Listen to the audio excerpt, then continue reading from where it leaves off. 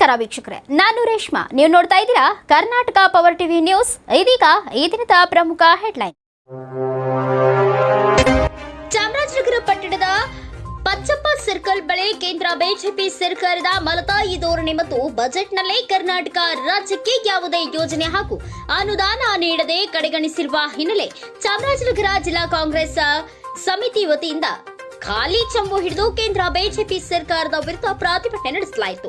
ಈ ಸಂದರ್ಭದಲ್ಲಿ ಜಿಲ್ಲಾ ಕಾಂಗ್ರೆಸ್ನ ಅಧ್ಯಕ್ಷರಾದ ಪಿ ಮರಿಸ್ವಾಮಿ, ಚುಡಾಧ್ಯಕ್ಷರಾದ ಮೊಹಮ್ಮದ್ ಅಸ್ಕರ್ ಮುನ್ನಾ, ಗ್ಯಾರಂಟಿ ಯೋಜನೆಗಳ ಸಮಿತಿಯ ಜಿಲ್ಲಾ ಅಧ್ಯಕ್ಷರಾದ ಚಂದ್ರು, ಬ್ಲಾಕ್ ಕಾಂಗ್ರೆಸ್ ಅಧ್ಯಕ್ಷರಾದ ಗುರುಸ್ವಾಮಿ ಮುಕುಂದ ವರ್ಮಾ, ಜಿಲ್ಲಾ ಕಾಂಗ್ರೆಸ್ನ ಉಪಾಧ್ಯಕ್ಷರಾದ ವಡಗೇರಿ ದಾಸ್, ಬಿಕೆ ರವಿಕುಮಾರ್, ಪ್ರಧಾನ ಕಾರ್ಯದರ್ಶಿ ಚಿಕ್ಕ ಮಹದೇವ ಆರ್ ಮಹದೇವ್, ಜಿಲ್ಲಾ ಪಂಚಾಯಿತಿ ಮಾಜಿ ಸದಸ್ಯರಾದ ಎಆರ್ ಬಾಲರಾಜ್, ಸದಾಶಿವಮೂರ್ತಿ, ಕೊಪ್ಪಾಳಿ ಮಹದೇವ್ ನಾಯಕ್, ಮಹದೇವ ಶೆಟ್ಟಿ, ಮಧು ವನಹಳ್ಳಿ, ಶಿವಕುಮಾರ್, ಚಾಮುಲ್ ನಿರ್ದೇಶಕ ರೇವಣ್ಣ, ನಂಜುಂಡಸ್ವಾಮಿ, ಎಪಿಎಂಸಿ ಪ್ರದೀಪ್, ನಾಗೇಂದ್ರ, ಡಿಸಿಸಿ ಮಾಧ್ಯಮ ಕಾರ್ಯದರ್ಶಿ ಗೌಡಹಳ್ಳಿ ರಾಜೇಶ್, ಮಹಿಳಾ ಕಾಂಗ್ರೆಸ್ನ ಅಧ್ಯಕ್ಷೆ ಲತಾ ಜತ್ತಿ, ಭಾಗ್ಯಮ್ಮ, ಮುಖಂಡರಾದ ಕಾಗಲವಾಡಿ ಚಂದ್ರು ಸೇರಿದಂತೆ ಇನ್ನು ಅನೇಕರು ಉಪಸ್ಥಿತರಿದ್ದರು.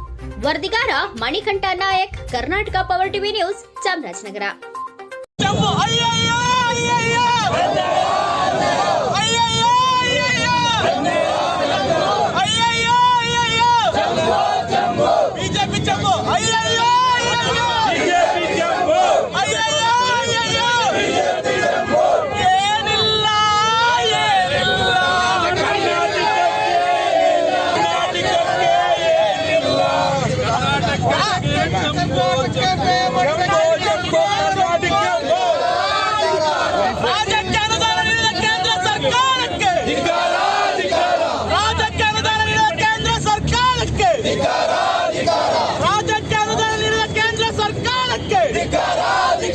ರಾಜ್ಯಕ್ಕೆ ಚಂಬು ನೀಡಿದ ಬಿಜೆಪಿ ಸರ್ಕಾರಕ್ಕೆ, ರಾಜ್ಯಕ್ಕೆ ಚಂಬು ನೀಡಿದ ಬಿಜೆಪಿ ಕೇಂದ್ರ ಸರ್ಕಾರಕ್ಕೆ.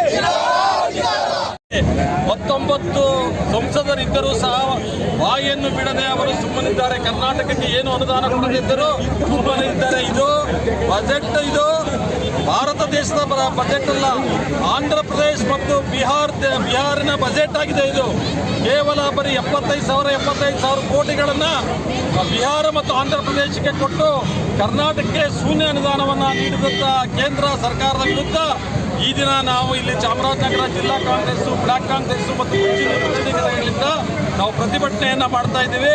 ಇದು ನಿಜಕ್ಕೂ ಈ ದೇಶದ ವಿರೋಧಿ ಬಜೆಟ್, ನಮ್ಮ ಕರ್ನಾಟಕಕ್ಕೆ ಬಹಳ ಅನ್ಯಾಯ ಆಗಿದೆ.